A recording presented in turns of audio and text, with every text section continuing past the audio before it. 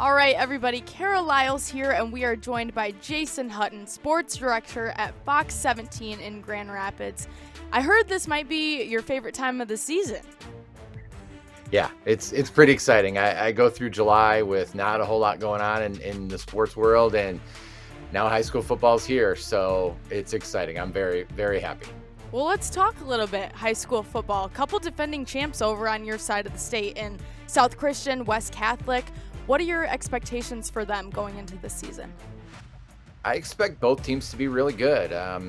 For South Christian, they probably have, of the teams that were really good last year in our area, the most to replace, especially when you talk about a Jake DeHaan at quarterback who just really made them go and was really ended up being a huge piece of their defense as well.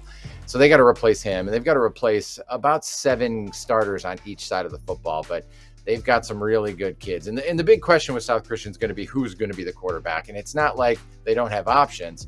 Maybe the question is they have too many guys, and so who's it going to be? I mean, all signs point towards Carson Viss, outstanding junior who played wide receiver for them last year. He's an outstanding basketball player. Probably a Division I basketball player. That's his number one sport. Some of us think that he's going to be the guy. They have a sophomore in Cade Kaufman, who I know Coach Danny Brown really likes. My cohort, Brett Bakita, likes Cade Kaufman too, and he thinks that the ability to keep Carson Viss at wide receiver will make them really dangerous. I just think that your best player's got to get the snap on every play. So I think it's going to be Carson Viss. Time will tell on that. Right. South Christian has time, to kind of figure things out here as they get going in the early season. As far as West Catholic, this is a team I think maybe I like a little more than others. Sure, Tim Kloska graduated, and boy, was he a big, big part of what they did. Not only just the guy you give the ball to a lot from a running back position. He was a really good linebacker too. He's off to the Army, but they've got a lot of guys back outside of Timmy. So I think this team's ready. I think the younger guys are ready to step up. West Catholic's going to be a force to be reckoned with, in my opinion. Okay, and there was a lot of teams, over on that side that made the finals. They made a long run. Caledonia, Forest Hills Central, Muskegon. What are your expectations on them? The same type of success this season, maybe?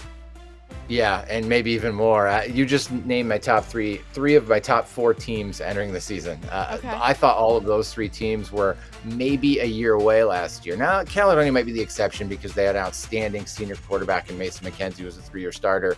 But a lot of now seniors that were carrying the load in those 3 programs last year. So I like all 3 of them. Those 3, along with Rockford, will be my top 4 teams in this area.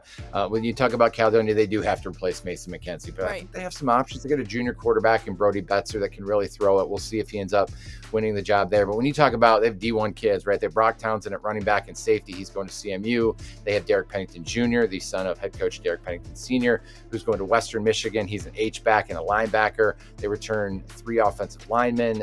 They're really good. I think Caledonia is really good, and they're in Division II this year instead of Division I. Division II is going to be absolutely loaded in West Michigan. That's because Muskegon also goes up from 3 to 2. Right. Muskegon's got a senior class that's unbelievable. 2 years ago, a bunch of these guys were big-time contributors as sophomores. Then last year's juniors, they get to the state finals. This is the year I've been pointing to for the Big Reds. I think this is probably the best team they've had since they won it all in 2017. So Muskegon's going to be my preseason number 1 team in our area. And then Forest Hills Central, who was in the D2 state final last year, they go down to Division III, which is really interesting because normally Division III is the strong division in this area. But with Muskegon going up, I think Forest Hills Central is easily the best team in this area in Division III. And we'll see what that looks like when they get down the road in the playoffs. But their senior class is special. Ty Hudkins, now they are replacing a senior quarterback, Justin Osterhaus. I really like Forest Hills Central. I think they're really good, and they're going to be my preseason top 4 team. So all the 3 of those teams, I think, are going to be very, very good again. Okay, going into, football season, it's right around the corner. If you had to pick 1 or 2 games, marquee matchups going into week 1, who are you picking? Well, Muskegon hosting Rockford on Friday, August 25th at Hackley Stadium. That's the biggest game in this area for sure, one of the biggest games in the state. You talk about 2 marquee programs. We talked about Muskegon, how good they're going to be. Mackay Guy at quarterback, Jacob Price at running back, Destin Piggy at slot.